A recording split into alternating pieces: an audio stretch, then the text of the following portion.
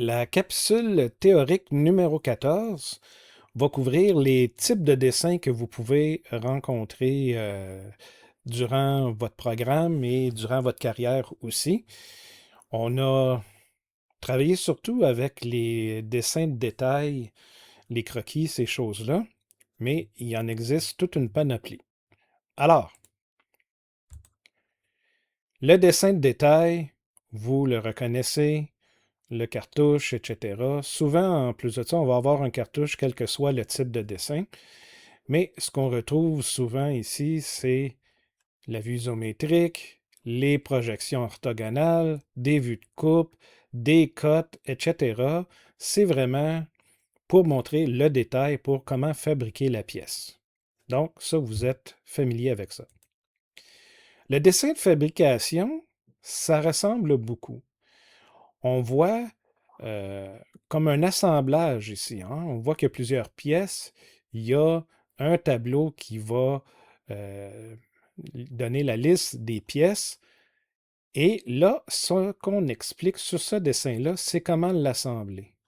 On vient mettre les pièces ensemble et il y a des symboles de soudure qui viennent montrer comment souder et à quel endroit souder les pièces pour avoir cette pièce-là. Et une fois que tout ça, ces trois pièces-là sont soudées ensemble, là, on vient indiquer où faire les trous. Ça ressemble un peu à un dessin de détail parce qu'on retrouve des cotes comme ça, mais les étapes de fabrication sont importantes et requièrent un assemblage à mi-chemin pour finalement arriver à la pièce finale. Donc, un dessin de fabrication.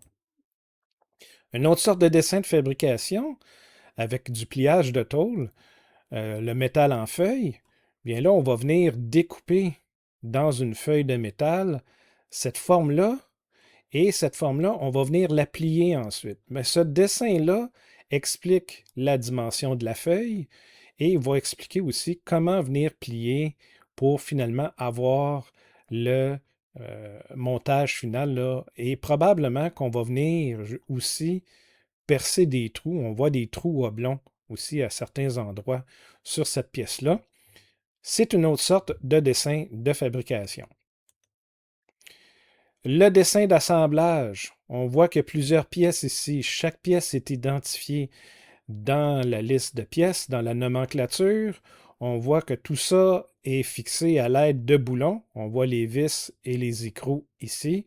On voit même un roulement à billes, une pièce commerciale.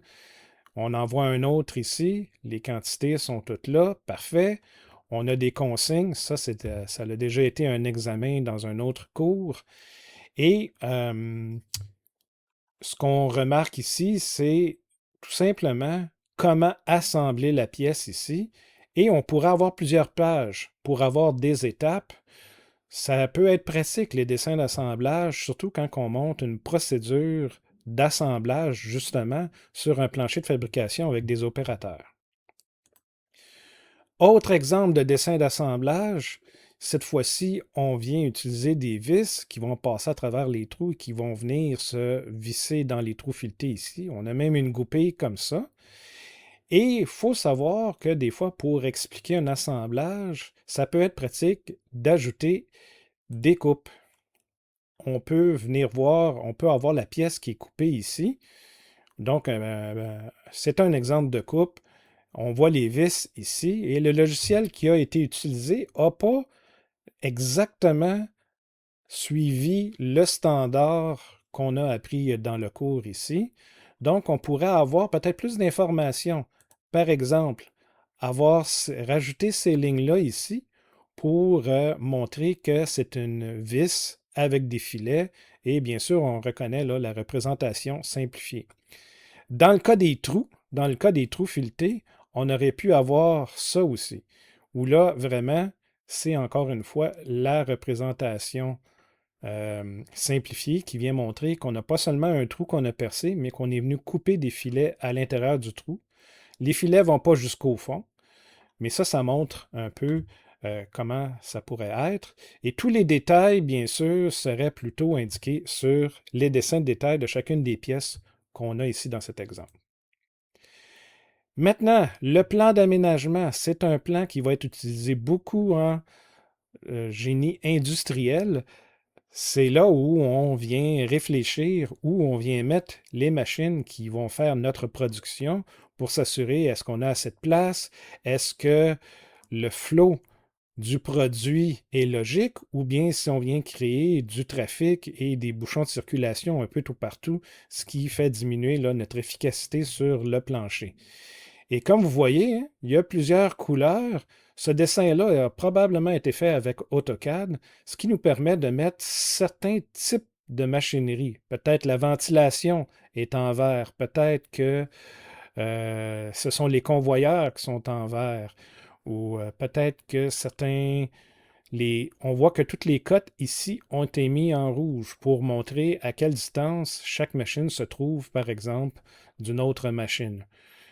Donc, on utilise beaucoup les calques pour pouvoir tout mettre sur le dessin, mais des fois, quand on veut se concentrer sur un détail, si ça devient un peu confus, ben, c'est facile d'éteindre nos calques pour clarifier un peu la vue et répondre à nos questions qu'on se pose.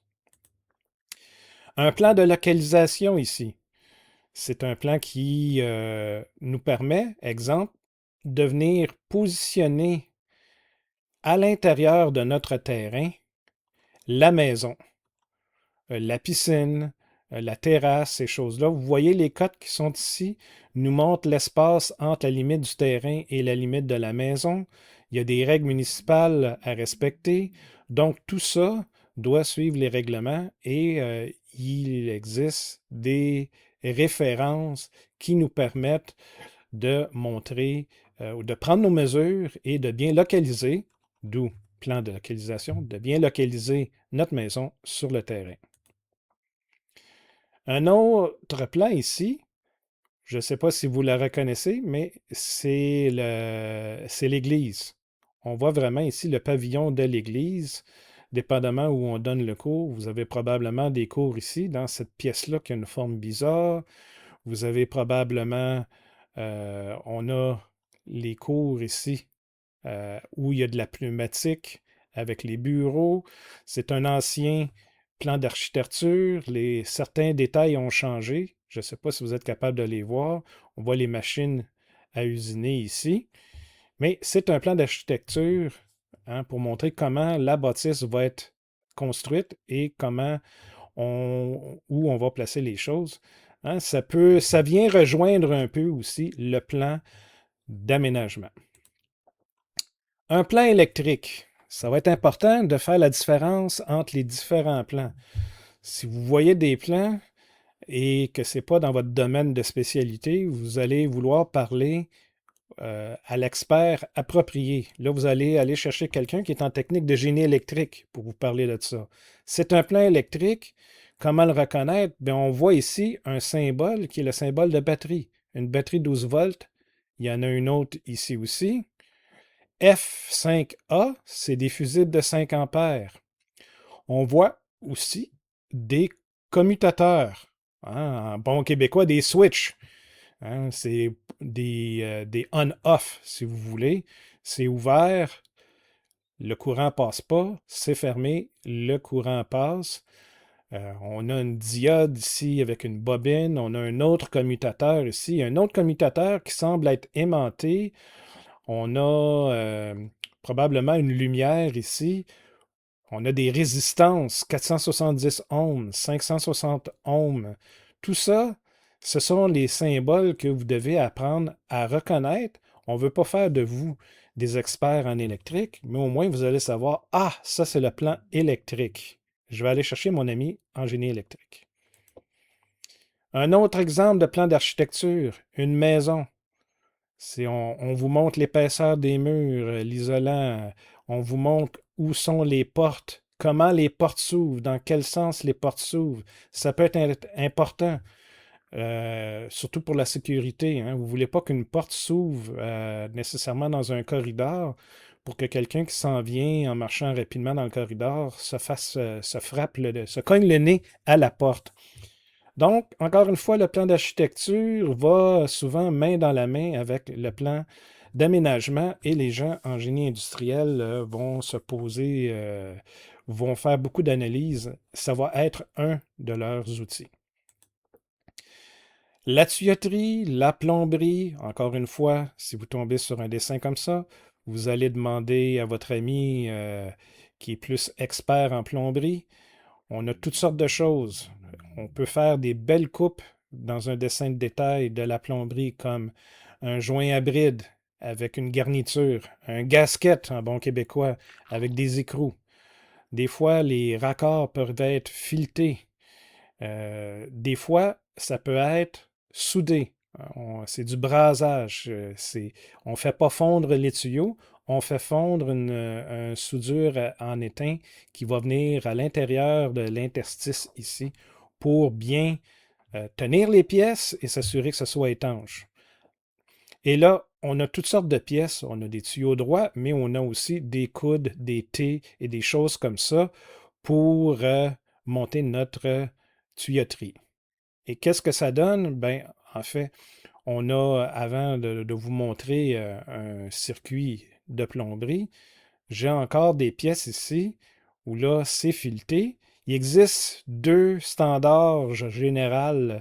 Il y en existe plusieurs, bien sûr, mais en Amérique du Nord, on va rencontrer surtout des filets pour les tuyaux. NPT et NPS. NPT veut dire National Pipe euh, National Pipe Tapered. Tapered qui veut dire conique. Donc, les filets ont une légère conicité. Donc, plus on les visse, plus ils deviennent serrés et étanches. Ou on peut avoir aussi NPS, le S pour standard, National Pipe Standard. Ce sont les filets qui sont standardisés pour les tuyaux. Et voilà, on peut avoir un dessin d'une tuyauterie complète dans tous ses détails. Il y a beaucoup de travail ici. On voit les soupapes, les réducteurs, les joints, etc. Mais bien sûr, on peut passer à une façon plus symbolique de représenter le circuit de plomberie. Ça peut être pratique si on en a beaucoup. Hein. Si on a beaucoup de dessins à faire de cette façon-là, c'est long à faire, ça coûte cher en temps. C'est très beau, mais peut-être que ça, c'est suffisant pour savoir où sont les composants et comment le tout est assemblé. Et la pneumatique et l'hydraulique se ressemblent beaucoup. La pneumatique, c'est de l'air qui circule dans les conduites. L'hydraulique, c'est de l'huile. Mais souvent, on se sert de ces circuits-là pour activer des vérins ou d'autres composants. Des vérins dans des lignes de fabrication automatisées pour pousser des choses sur tes convoyeurs, pour faire de l'emballage automatisé, etc., etc. Des vérins hydrauliques, on en voit sur les grues, le gros équipement de chantier, là, les pépines, les pelles mécaniques, ces choses-là, les bulldozers, tout ça utilise l'hydraulique qui est très fort. Il y a beaucoup de ressemblances. C'est souvent presque les mêmes symboles. Et là, ce qui est important de voir, c'est qu'on a des symboles qui représentent un vérin. On a un symbole ici qui représente un distributeur. C'est un peu comme un commutateur, si on veut. En activant ce distributeur-là, on fait envoyer le fluide, que ce soit de l'air ou de l'huile, dans une autre direction. Donc, en jouant avec ça, on peut faire ouvrir ou fermer le vérin. Hein. Le vérin peut s'allonger ou rentrer à l'intérieur de lui-même, là, se raccourcir. Et là, on a un exemple plus complet de circuit pneumatique à double effet. Dépendamment comment on positionne le distributeur, ça va circuler d'un sens ou dans l'autre pour faire ouvrir ou fermer le vérin. Et on a même des composantes là, qui nous permettent aussi de limiter le débit. Donc, en limitant le débit du fluide, le vérin va bouger plus lentement. Et bien sûr, hein, ça c'est un indice d'un circuit pneumatique ou hydraulique. Ben, dans ce cas-ci, pneumatique, on a un filtre, on a un régulateur de pression, on a le manomètre, hein, le petit cadran là, qui nous dit c'est quoi la pression. On a un lubrificateur qui va injecter de l'huile, des petites gouttelettes, micro-gouttelettes d'huile dans l'air pour lubrifier les composants à travers le circuit. Mais quand on voit des choses avec de la pression comme ça, des distributeurs, un vérin, ben là, on sait qu'on est plus dans le domaine de la pneumatique ou de l'hydraulique. Alors, c'était ça pour les types de dessins.